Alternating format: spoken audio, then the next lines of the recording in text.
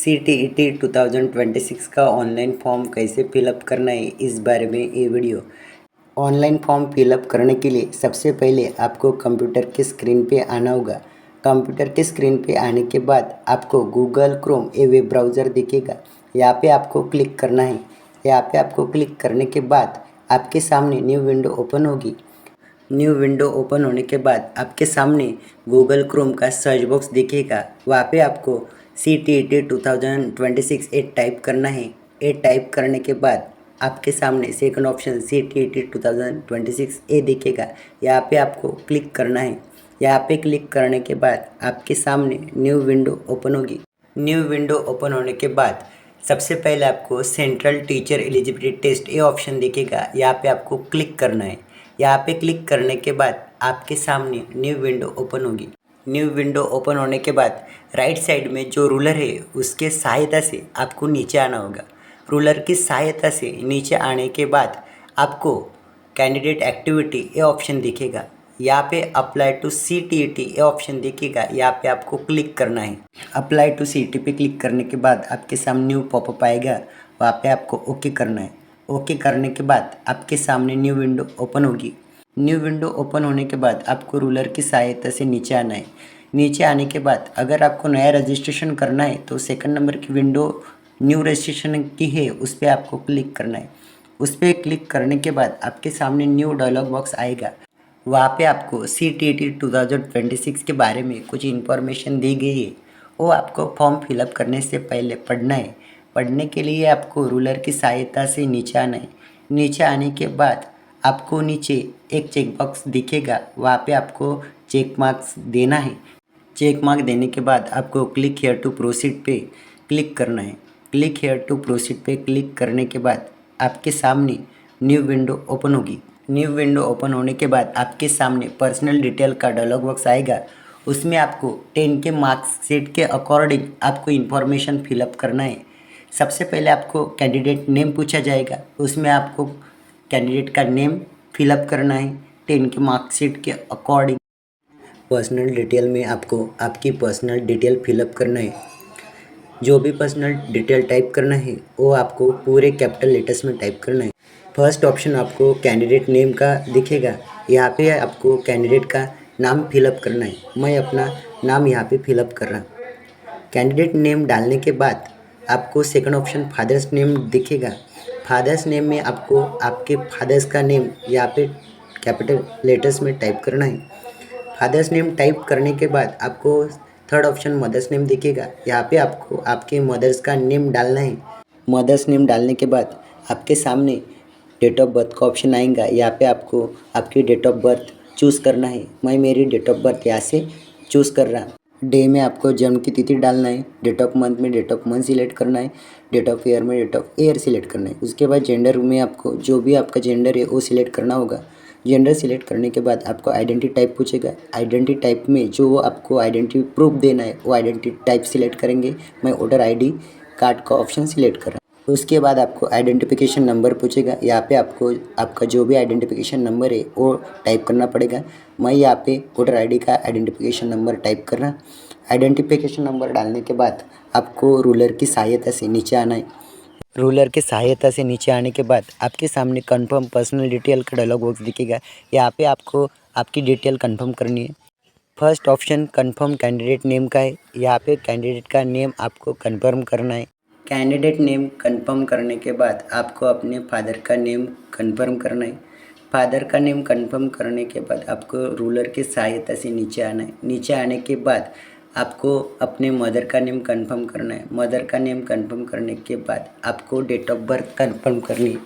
जैसे ही date of birth confirm करते हैं उसके बाद आपको जेंडर कंफर्म करने को बोलेगा, वहाँ से अपना जेंडर कंफर्म करना है। जैसे ही जेंडर कंफर्म करेंगे उसके बाद आपको कॉन्टैक्ट डिटेल का डायलॉग बॉक्स दिखेगा, वहाँ पे अपना एड्रेस डालना है। फर्स्ट ऑप्शन प्रीमाइसिस नंबर का होगा, वहाँ पे अपना वार्ड नंबर डालना है। वार्ड नंबर डालने के बाद सब लोकेलिटी में अपने गांव का नाम डालना है। उसके बाद लोकेलिटी का ऑप्शन आएगा, वहाँ पे अपना तालुका मतलब तहसील सिलेक्ट करना है। तालुका डालने के बाद आपके सामने कंट्री का ऑप्शन आएगा, वहाँ पे बाय डिफ़ॉल्ट इंडिया ही रहने देना है। उसके बाद आपके सामने स्टेट का ऑप्शन आएगा। यहाँ पे आप जिस स्टेट से बिलोंग करते हैं वो स्टेट आपको चूज़ करना है। मैं महाराष्ट्र से बिलोंग करता हूँ इसलिए मैं महाराष्ट्र ये ऑप्शन चूज़ कर रहा हूँ। उसके बाद आपके सामने डिस्ट्रिक्ट का ऑप्शन आएगा, वहाँ पे आपको अपना डिस्ट्रिक्ट डालना है। उसके बाद पिन कोड पूछेंगे, वहाँ पे अपना आपको पिन कोड डालना है।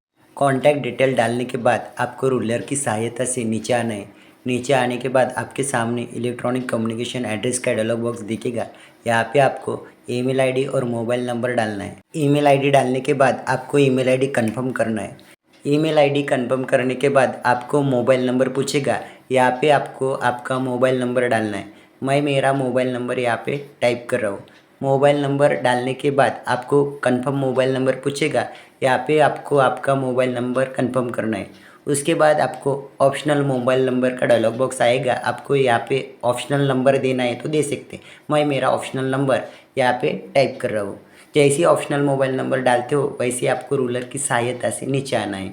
रूलर की सहायता से नीचे आने के बाद आपको सेम एज परमानेंट एड्रेस ये डायलॉग बॉक्स दिखेगा। अगर आपका करस्पॉन्डेंस एड्रेस और परमानेंट एड्रेस एक है तो आप सेम एज करस्पॉन्डेंस एड्रेस पे चेक मार्क दे सकते, अदरवाइज नो कर सकते। मैं यहाँ सेम एज करस्पॉन्डेंस एड्रेस पे चेक मार्क्स दे रहा हूँ। उसके बाद आपको रूलर की सहायता से नीचे आना है। जैसे ही आप रूलर की सहयोग से नीचे आते वैसे ही आपको चूज़ पासवर्ड का ऑप्शन दिखेगा। यहाँ पे आपको आपका पासवर्ड जनरेट करना है। ध्यान रखना है पासवर्ड जनरेट करते समय आपको 8 कैरेक्टर ही चूज़ करना है मिनिमम। मैं मेरा यहाँ पे पासवर्ड जनरेट कर रहा हूँ। मैं आपको सजेस्ट करूँगा कि पासवर्ड जनरेट करने का एक ही फार्मूला है। आप pass@123 ये पासवर्ड जनरेट कीजिए, आपको कोई भी दिक्कत नहीं आएगी। पास का पी कैपिटल रखिए, बाकी स्मॉल लेटर्स रखिए।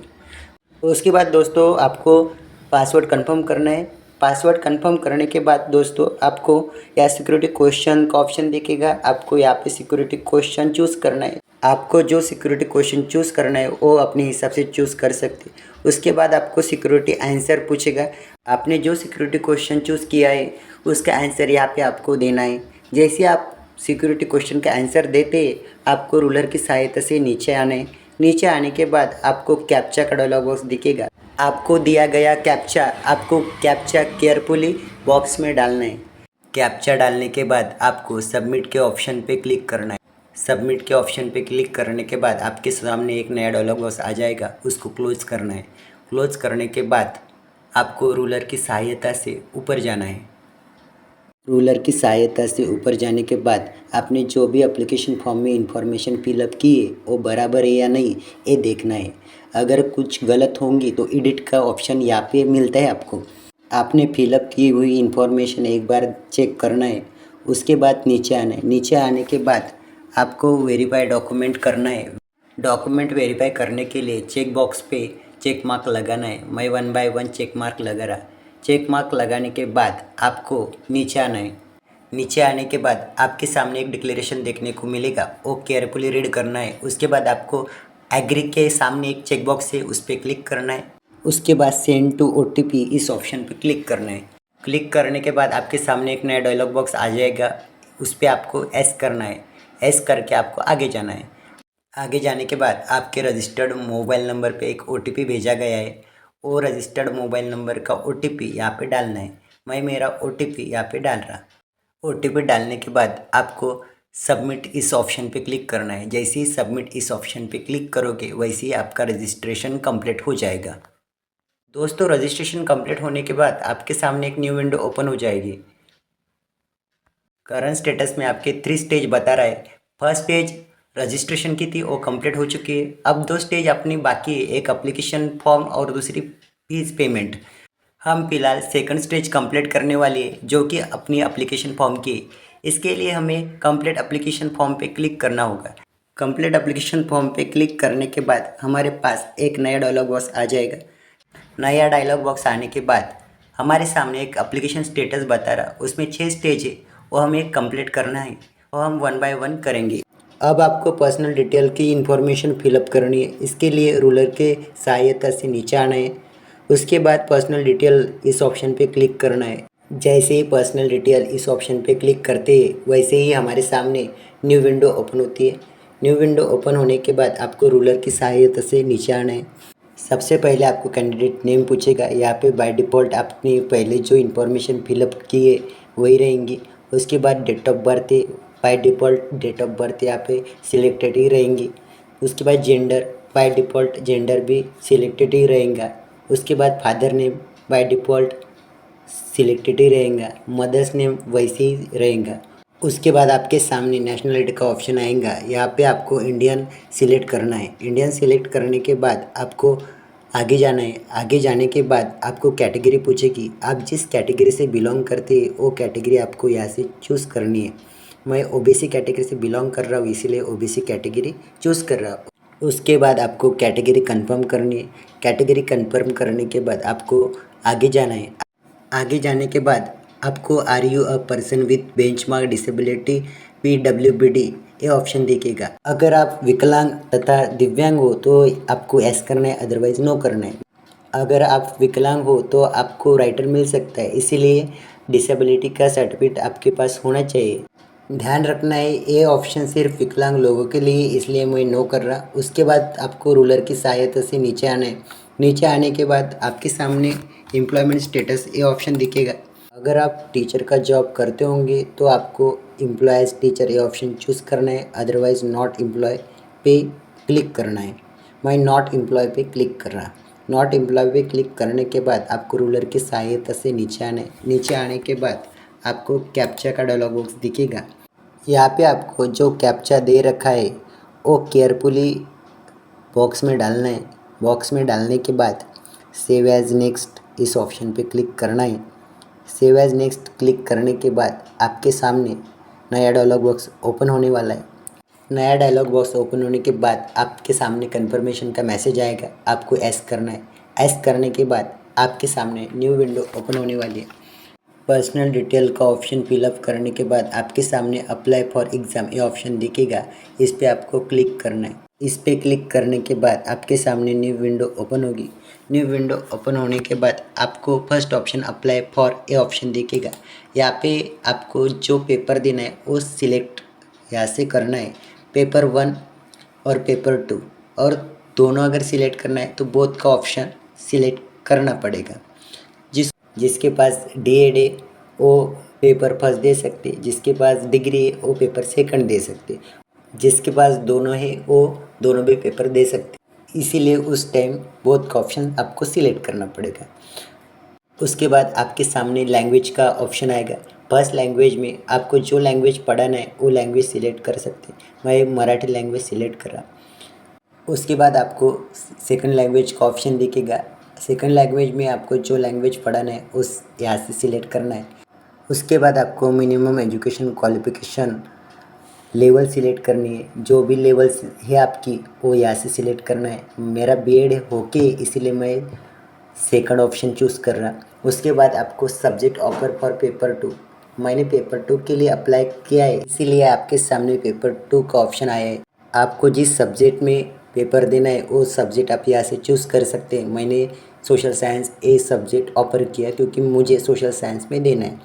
उसके बाद आपके सामने क्वालिफाइंग एग्ज़ाम ये ऑप्शन आएगा। इसमें डिप्लोमा और डिग्री ये दोनों ऑप्शन है। जिसके पास डिप्लोमा है वो फर्स्ट ऑप्शन क्लिक कर सकते, और जिसके बाद डिग्री है वो सेकंड ऑप्शन क्लिक कर सकते, और जिसके बाद दोनों भी है वो फर्स्ट एंड सेकंड दोनों भी ऑप्शन क्लिक कर सकते। मेरे पास डिग्री है इसलिए मैं सेकंड ऑप्शन पे क्लिक कर रहा। उसके बाद आपको रूलर की सहायता से नीचे आना है। नीचे आने के बाद आपको कैप्चा का डायलॉग बॉक्स दिखेगा। वहाँ पे आपको जो कैप्चा दे रखा है वो केयरफुली डालना है। कैप्चा डालने के बाद आपको सेव एंड नेक्स्ट इस ऑप्शन पे क्लिक करना है। उसके बाद आपको सेव एंड नेक्स्ट इस ऑप्शन पे क्लिक करना है। सेव एंड नेक्स्ट इस ऑप्शन पे क्लिक करने के बाद आपके सामने नया डायलॉग बॉक्स ओपन होगा। उस पर आपको एस करना है। एस करने के बाद आपके सामने न्यू विंडो ओपन होगी। वो आपके क्वालिफिकेशन डिटेल की होंगी। यहाँ पे आपको आपका क्वालिफिकेशन डिटेल फिलअप करना है। क्वालिफिकेशन डिटेल में सबसे पहला ऑप्शन पास स्टेटस का है। यहाँ पे आपको पासिंग स्टेटस सिलेक्ट करना है। अगर आप पास होंगे तो पास पे क्लिक करना है, अपीयर होंगे तो अपीयर पे क्लिक करना है। मैं पास आउट हूँ इसलिए मैं पास पे क्लिक करा। पास पे क्लिक करने के बाद आपको आगे जाना है। आगे जाने के बाद आपके सामने ईयर ऑफ पासिंग का ऑप्शन आएगा। यहाँ पे आपको पासिंग ईयर सिलेक्ट करना है। मेरा पासिंग ईयर 2020 है, इसलिए मैं 2020 पे क्लिक कर रहा। उसके बाद आपको रूलर की सहायता से आगे जाना है। आगे जाने के बाद आपको स्ट्रीम या कोर्स नेम पूछेगा, यहाँ पे एजुकेशन सिलेक्ट करना है। एजुकेशन सिलेक्ट करने के बाद आपके सामने बोर्ड नेम, यूनिवर्सिटी नेम का ऑप्शन आएगा। यहाँ पे आपको आपका बोर्ड सिलेक्ट करना है। अगर लिस्ट में अगर आपका बोर्ड नहीं होगा तो आपको रूलर की सहायता से नीचे आना है। नीचे आने के बाद दोस्तों अपन को अदर पे क्लिक करना है। मैं अदर पे क्लिक कर रहा। अदर पे क्लिक करने के बाद आपके सामने एक नया डायलॉग बॉक्स आ जाएगा। थोड़ा वेट करना है। वेट करने के बाद आपके सामने बोर्ड और यूनिवर्सिटी नेम का डायलॉग बॉक्स आ जाएगा। आपको यहाँ पे आपकी यूनिवर्सिटी का नेम टाइप करना है। मैं मेरी यूनिवर्सिटी का नेम टाइप कर रहा। दोस्तों यूनिवर्सिटी नेम डालने के बाद आपके सामने रिज़ल्ट मोड आएगा। आपका रिज़ल्ट मोड अगर परसेंटेज में है तो परसेंटेज पे क्लिक करना है, सीजीपीए में तो सीजीपीए पे क्लिक करना है। मेरा रिज़ल्ट परसेंटेज में है, इसलिए मैं परसेंटेज पे क्लिक कर रहा। परसेंटेज पे क्लिक करने के बाद आपके सामने नया डायलॉग बॉक्स आ जाएगा। उसके बाद आपके सामने टोटल मार्क का डायलॉग बॉक्स आ जाएगा। यहाँ पे आपको एग्रीगेट टोटल मार्क डालना है। उसके बाद आपके सामने ऑब्टेन मार्क का डायलॉग बॉक्स होगा। यहाँ पे आपको ऑब्टेन मार्क डालना है। उसके बाद आपके सामने मार्क परसेंटेज का डायलॉग बॉक्स आ जाएगा। यहाँ पे जैसे ही क्लिक करेंगे वैसे बाय डिफ़ॉल्ट आपके परसेंटेज शो होंगे। उसके बाद आपको रूलर की सहायता से नीचे आना है। रूलर की सहायता से नीचे आने के बाद आपके सामने इंस्टीट्यूट पिन कोड का डायलॉग बॉक्स आ जाएगा। यहाँ पे आपको कॉलेज का इंस्टीट्यूट पिन कोड डालना है। इंस्टीट्यूट पिन कोड डालने के बाद आपको रूलर की सहायता से नीचे आना है। नीचे आने के बाद आपको कैप्चा का डायलॉग बॉक्स दिखेगा। यहाँ पे आपको जो कैप्चा दिया गया है वो केयरफुली डालना है। कैप्चा डालने के बाद आपको सेव एंड नेक्स्ट पे क्लिक करना है। जैसे ही सेव एंड नेक्स्ट पे क्लिक करेंगे वैसे ही आपके सामने एक नया डायलॉग बॉक्स आ जाएगा। एक कन्फर्मेशन का होगा। यहाँ पे आपको एस करना है। यस करने के बाद आपके सामने नई विंडो ओपन होंगी। वो नई विंडो आपके डॉक्यूमेंट अपलोड की होंगी। यहाँ पे आपको आपका फ़ोटो और साइन अपलोड करना है। डॉक्यूमेंट अपलोड की विंडो ओपन होने के बाद आपको फ़ोटो एंड सिग्नेचर यहाँ पे अपलोड करना है। फर्स्ट ऑप्शन आपके सामने फ़ोटोग्राफी का दिखेगा। यहाँ पे आपको अपलोड में जाना है। अपलोड में जाने के बाद आपको चूज़ फाइल पे क्लिक करना है। चूज़ फाइल पे क्लिक करने के बाद आपके सामने न्यू विंडो ओपन होगी। आपका फ़ोटो जिस फोल्डर में है वहाँ पे आपको क्लिक करना पड़ेगा। मेरा फ़ोटो पिक्चर में सेव है, इसलिए मैं पिक्चर पे क्लिक कर रहा। पिक्चर पे क्लिक करने के बाद आपको फाइल नेम में जाना है और जिस नेम से आपकी फ़ाइल सेव है वो नाम आपको टाइप करना होगा। वो नाम टाइप करने के बाद आपको नेम पर चूज़ करना होगा। वो नाम पर जैसे ही चूज़ करेंगे आपको उसके बाद ओपन करना है। ओपन करने के बाद आपके सामने एक फ़ोटो आएगा। आपको ओरिजिनल फाइल पे क्लिक करना है। ओरिजिनल फाइल पे क्लिक करने के बाद आपको ओके करना है। उसके बाद एक्शन में अपलोड करना है। अपलोड होने के बाद आपके सामने नया डायलॉग बॉक्स आ जाएगा। उस पर आपको ओके करना है। आपका फ़ोटो सक्सेसफुली अपलोड हो चुका है। उसके बाद जैसे हमने फ़ोटोग्राफी अपलोड की वैसे ही हमें सिग्नेचर अपलोड करना है। आपको सिग्नेचर अपलोड करने के लिए चूज़ फाइल पे क्लिक करना होगा। चूज़ फाइल पे क्लिक करने के बाद आपके सामने न्यू विंडो ओपन होगी। आपका फ़ोटो या सिग्नेचर जिस फोल्डर में है वहाँ पे क्लिक करना होगा। मेरी सिग्नेचर पिक्चर इस फोल्डर में सेव है, इसलिए मैं पिक्चर पे क्लिक कर रहा। उसके बाद फाइल नेम में जिस नाम से सेव है वो नाम टाइप करना होगा। नाम टाइप करने के बाद वो फाइल सिलेक्ट करना होगा। फाइल सिलेक्ट करने के बाद आपको ओपन करना होगा। ओपन करने के बाद आपके सामने सिग्नेचर का डायलॉग बॉक्स ओपन होगा। आपको अपलोड फाइल पे क्लिक करना है। अपलोड फाइल पे क्लिक करने के बाद आपके सामने अपलोड का ऑप्शन एक्शन बटन में आ जाएगा। आपको अपलोड करना है। अपलोड करने के बाद आपको सक्सेसफुल अपलोड का मैसेज आएगा। आपको ओके करना है। ओके करने के बाद दोस्तों आपको रूलर की सहायता से नीचे आना है। नीचे आने के बाद आपके सामने डायलॉग बॉक्स कैप्चा का दिखेगा। वहाँ पे आपको केयरफुली कैप्चा बॉक्स में डालना है। कैप्चा डालने के बाद आपको सेव एंड नेक्स्ट पे क्लिक करना है। सेव एंड नेक्स्ट करने के बाद आपके सामने कन्फर्मेशन का डायलॉग बॉक्स आ जाएगा। आपको ओके करना है। ओके करने के बाद आपको रिव्यू शो होगा, आपको क्लोज करना है। आपने फिलअप किया हुआ फॉर्म आपको 1 बाय 1 चेक करना है। इसके लिए आपको रूलर की सहायता से नीचे आना होगा और जो भी आपने फॉर्म फिलअप किया है वो आपका फॉर्म बराबर है या नहीं वो चेक करना है।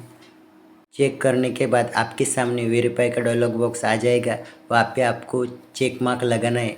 चेक मार्क लगाने के बाद आपके सामने डिक्लेरेशन का बॉक्स आ जाएगा, वहाँ पे जो डिक्लेरेशन दिया गया है वो आपको केयरफुली पढ़ना है। केयरफुली पढ़ने के बाद आपको आई एग्री पे क्लिक करना है।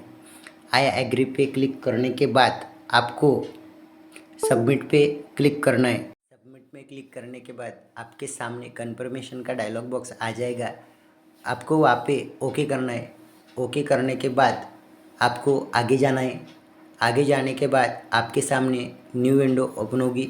न्यू विंडो ओपन होने के बाद आपको ईमेल आईडी वेरीफाई करना है।